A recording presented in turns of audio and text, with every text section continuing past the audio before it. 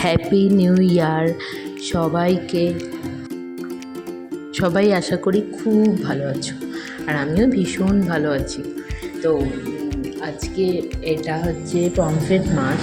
তো পমফ্রেট মাছ কিনা আমি বলতে পারবো না, কারণ এইখানের মানুষ বলে এটা পমফ্রেট মাছ, কিন্তু সেটা আমি বলতে পারবো না যে কতটা সত্যি আছে ওদের কথায়, কারণ এখানের মাছগুলো একটু আলাদা। তো আমার সকালবেলা ভাত বসিয়ে, তো আমি এখন আমার সকালের খাবারটা খাবো। দেখো তোমরা, তো খাবারটা খেয়ে দে।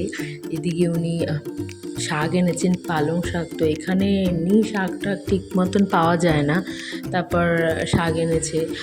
শাক তো খেতে কার না ভালো লাগে। তা তাড়াতাড়ি রান্না করার চেষ্টা করছি।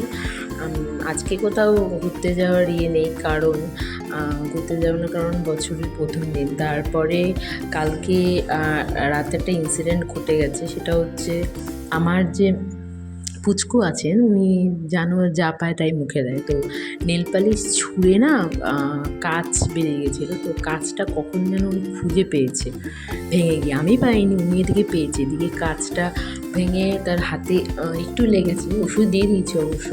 তা আমি তো পরে সেটা দেখেছি যে নেল পালিশটা ভেঙে গেছে। যদিও আর ওই সব দেবো না, ওর বাবা তো ভীষণ রেগে গেছে। সঙ্গে সঙ্গে বাড়িতে ফোন করে জানানোও হয়ে গেছে আমার, তারা তো আমাকে দিয়েছে ঝাড়। তো তাদের কথা হচ্ছে আজকে কোথাও বেরোতে হবে না, প্রথম দিন কোনো অঘটন যদি ঠাকুর না করুক উল্টোপাল্টা, তো সেই জন্য আর বেরোনো হবে না, আশা করি বেরোনো হবে না। তাই এদিকে ঝিম আলু দিয়ে বাড়িতে ফোন করে আমাকে জানতে হয়েছে আমি পালং শাক কোনোদিনও রান্না করিনি। তো সেখানে বাড়ির লোক বললো এভাবে রান্না করো। তো তোমরা কারা কারা কোথায় ঘুরতে গেলে? আমি তাছাড়া আমার একটা প্রবলেম আছে, আমি না ট্রাভেলে খুব ভয় পাই।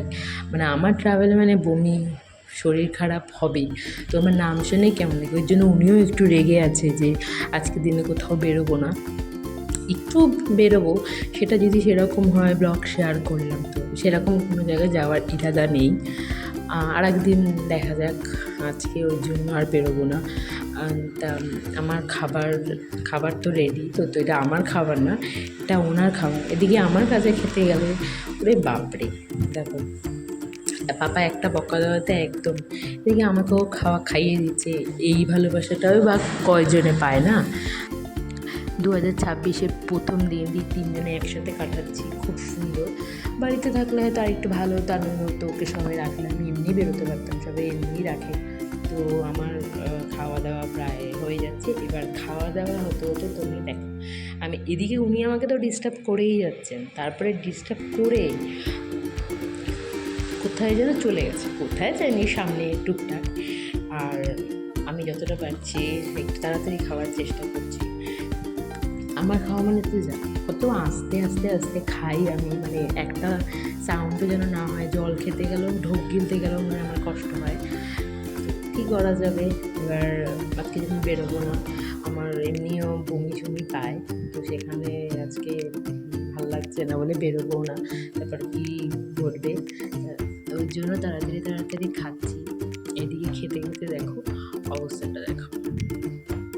এইবার উনি উঠে গেছেন, উনি ওনাকে ডিস্টার্ব করে চলে গেছে, উঠে গেছে। এবার উঠে কী করেছে, আমি এখন তো উঠে গিয়ে সব কিছু করা কমপ্লিট। তো এখন সবাই ভালো থেকো, টাটা।